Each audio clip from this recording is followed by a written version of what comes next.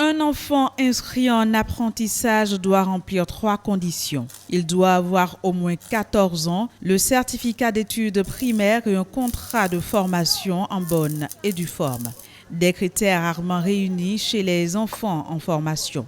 Une situation qui illustre bien le cas du petit Louis, devenu apprenti en mécanique à seulement 12 ans. C'est ma mère qui m'a inscrit en apprentissage. Elle n'a pas voulu que je poursuive mes études après mon échec au CEP. Comme Louis, nombreux sont ces enfants pris sous la tutelle de chefs d'atelier dans des conditions non conformes à la loi. Bon, actuellement, j'ai 8 apprentis avec moi actuellement. Moi, j'ai 2 apprentis qui ont moins de 14 ans. C'est parce que les parents n'ont pas les moyens pour les amener, les envoyer à l'école. Donc de là, il y a des parents qui viennent solliciter chez moi de prendre leurs enfants pour que les enfants restent avec moi. Et là, je vais les supporter.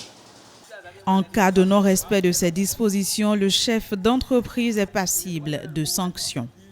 Avant qu'un employeur ne prenne sur lui un apprenti, il faudrait absolument qu'il ait au minimum 25 ans pour prendre un mineur sous lui. Pas 25 ans, il ne peut quand même pas se permettre le luxe de prendre un apprenti sous lui, encore moins un apprenti mineur. Il n'a pas aussi la possibilité de mettre sous son toit un apprenti mineur. Ce qui concerne les chefs d'entreprise, les chefs d'atelier, ils se retrouveraient sûrement dans une situation de fermeture de leur atelier ou de leur entreprise.